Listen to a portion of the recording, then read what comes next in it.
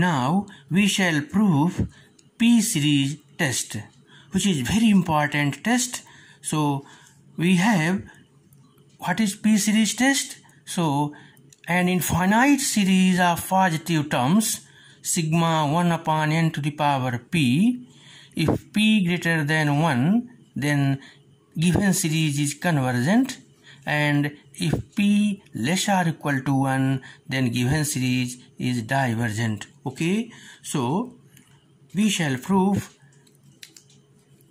firstly case first by taking p greater than 1. Okay, so case first, p greater than 1. Okay, so just as we have sigma 1 upon n to the power p equal to 1 upon 1 to the power p plus 1 upon 2 to the power p plus 1 upon 3 to the power p plus 1 upon 4 to the power p plus 1 upon 5 power p plus up to so on. तो यहाँ पर ये देखना है कि इन अनंत पदों में 3 cases हैं p ग्रेटर देन 1 पर, इसको अरेंजमेंट करना है। देखिए, हम लोग जानते हैं कि किसी भी श्रेणी की अभिसारिता को योग के रूप में कैसे निकालते हैं, सम के रूप में कैसे निकालते हैं, अर्थात दी गई श्रेणी सम के रूप में तभी निकाल पाएंगे if it is either arithmetic progression or geometric progression। तो हम लोग इसको geometric progression बनाने की कोशिश करेंगे। तो फर्स्ट केस के लिए हम अरेंज करते हैं इन टर्म्स को। इसको सपोज करिए this is 1, so equal to 1, first term को छोड़ दिए, फिर पेयर बनाते हैं, 2 पद लेते हैं, 1 upon 2 to the power p plus 3 to the power p plus 4 पद लेते हैं, 1 upon 5, 6, 1 upon 7, फिर 8 पद लेते हैं। ओके, अब ध्यान देना है कि किसी भी संख्या में यदि इसका डिनोमिनेटर बड़ा होता है तो संख्या छोटी होती है। तो अब इसकी सहायता से एक श्रेणी बनाते हैं जिसके टर्म दिए गए श्रेणी से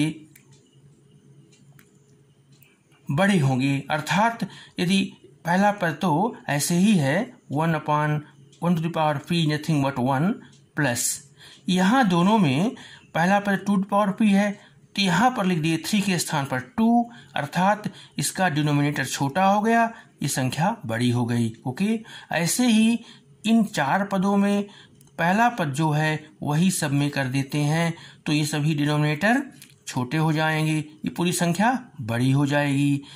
तो 1 upon 2 to the power p plus 1 upon 2 to the power p, okay, plus 1 upon 4p plus 1 upon 4p plus 1 upon 4p plus 1 upon 4p। Okay, तो यहाँ पर इक्वल टू का जो साइन था ये हो जाएगा लेस देन। ओके, तो इसको मान लिए सीरीज 2। अब देखिए इसको सॉल्व करते हैं। ओके, तो यहाँ पर लिखते हैं बराबर equal to 1 plus 2 upon 2 to the power p plus 4 upon 4 to the power p plus आगे वाला पद होगा 8 upon 8 to the power p plus up to so on। इसको पुनः सॉल्व करते हैं तो जैसा कि जानते हैं घातांक नियम से 2 नीचे आएगा, 1 upon 2 to the power p minus 1 plus 1 upon 4 to the power p minus 1 plus 1 upon 8p minus 1 plus up to so on। Okay, तो यहाँ पर हम कोशिश कर रहे हैं ज्योमेट्रिक सीरीज बनाने की। तो ये हो गया 1 plus 1 upon 2 to the power p minus 1 plus 4 nothing but 2 square यानी 2p minus 1 का स्क्वायर, 8 मीन्स 1 upon 2 का क्यूब मीन्स 2p minus 1 का क्यूब। ओके, तो यह सीरीज ज्योमेट्रिक प्रोग्रेशन है। ओके, तो ज्योमेट्रिक प्रोग्रेशन के अनंत पदों का योग जैसा कि आपको मालूम है कि S infinity is equal to a upon 1 minus r होता है। ओके, तो इसी फार्मूले से इसको निकालेंगे, a यानी 1 upon 1 minus 1 upon 2 to the power p minus 1, so this should be 2p minus 1 upon 2 to the power p minus 1 minus 1। Okay, तो ध्यान देना है ये p का मान 1 से बड़ा है, तो p का मान 1 से बड़ी कोई संख्या लेंगे ये वैल्यू फाइनाइट आएगी, ये वैल्यू निश्चित आएगी। तो देख रहे हैं हम लोग कि p ग्रेटर देन 1 के केस में सीरीज 2 फाइनाइट आ रही है।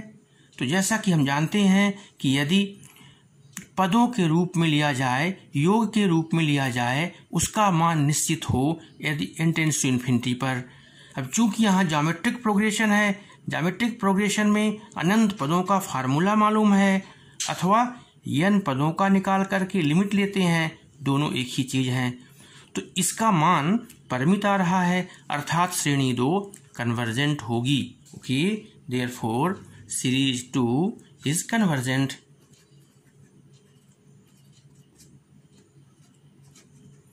अब ध्यान देना है, चूंकि श्रेणी 2 के जो पद हैं, करस्पॉन्डिंग जो टर्म है वो 1 की सीरीज से लगभग बड़े हैं, अर्थात अल्टीमेटली सम जो 2 का आएगा वह 1 के सम से बड़ा होगा।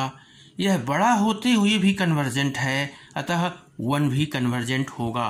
ओके, तो यहाँ पर लिखेंगे कि therefore series 1 is also convergent. तो ये हुआ पहला part, case first. Okay, case second, when p equal to 1। तो इस स्थिति में sigma 1 upon n to the power p equal to 1 means यानी 1 upon 1 to the power 1, 1 upon 2 to the power 1 plus 1 upon 3 to the power 1 plus 1/4। इस प्रकार से इस case में यह सीरीज बनेगी। तो ये हो गया, सीरीज का नाम दे दिए 3। इसको फिर से अरेंज करते हैं। तो पहले केस में प्रथम पद, इसके बाद 2, 4, 8 इस प्रकार से लिए थे, और इसमें प्रथम 2 पदों को छोड़कर हम जीपी बनाने की कोशिश करेंगे। तो देखिए कैसे, 1 प्लस 1/2। अब इसमें इन 2 पदों को लेंगे, इसको लेंगे, फिर 4 को लेंगे, 1/3 plus 1/4। Okay, plus 1/5 plus 6, 1/7 plus 1/8। Okay, plus up to 2, 4, 8 इस प्रकार से पद एडजस्ट करेंगे। अब देखिए यहाँ पर ये तो अभी वही है, केवल ब्रैकेट लगाए हैं। अब यहाँ पर जिस संख्या में डिनोमिनेटर बड़ा होता है, संख्या छोटी होती है, तो यहाँ पर हम 3 के स्थान पर लिखेंगे 4, यहाँ प्रत्येक में लिखेंगे 8। तो देखिए 1 प्लस 1/2 प्लस 1/4 प्लस 1/4। तो 3 के स्थान पर क्या लिख दिए, 4, डिनोमिनेटर बड़ा अर्थात संख्या छोटी हो गई, plus 1/8 plus 1/8 plus 1/8 plus 1/8। Okay, plus up to 1।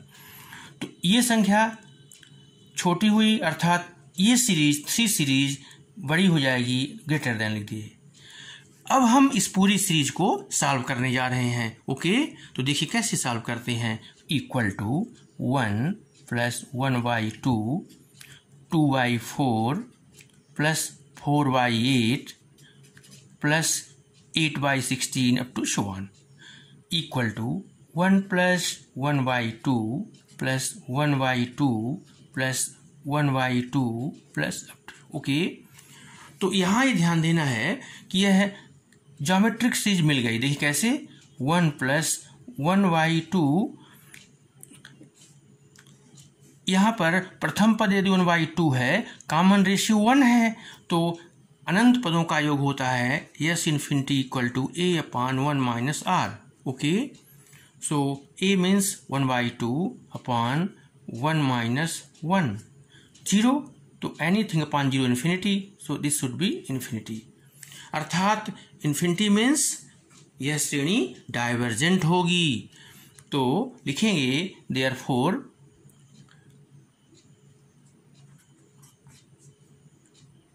Series 4 is divergent. Okay, चूंकि श्रेणी 4 के करस्पॉन्डिंग टर्म श्रेणी 3 के करस्पॉन्डिंग टर्म से छोटे हैं और छोटी होते हुए भी श्रेणी डाइवर्जेंट है, अतः श्रेणी 3 भी डाइवर्जेंट होगी। ओके, तो ये हुआ दूसरा केस। अब हम लोग डिस्कस कर रहे हैं केस थर्ड।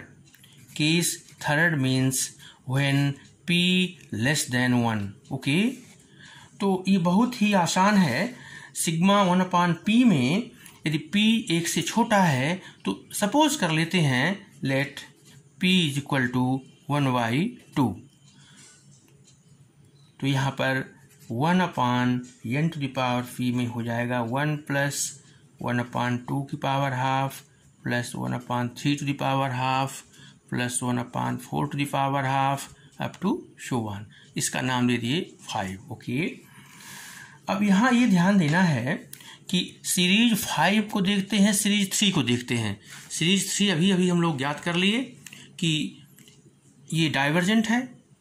तो पहला पद 1, दूसरा पद 1/2 और यहाँ 1/√2। तो √2 संख्या डिनोमिनेटर की छोटी है 2 से, अर्थात जो वैल्यू है सीरीज 3 की वो 5 के करस्पॉन्डिंग जब वैल्यू ज्ञात करेंगे तो 5 का मान बड़ा आएगा। ओके, तो लिखेंगे since each term of 5 are greater than comparatively series 4 and 4 is divergent, therefore 5 is also divergent. Okay, तो चूंकि श्रेणी 5 के जो टर्म आ रहे हैं वो करस्पॉन्डिंग श्रेणी 4 के पदों से बड़े हैं और श्रेणी 4 डाइवर्जेंट है, अतः श्रेणी 5 भी डाइवर्जेंस होगी। Since series 4 is divergent and each term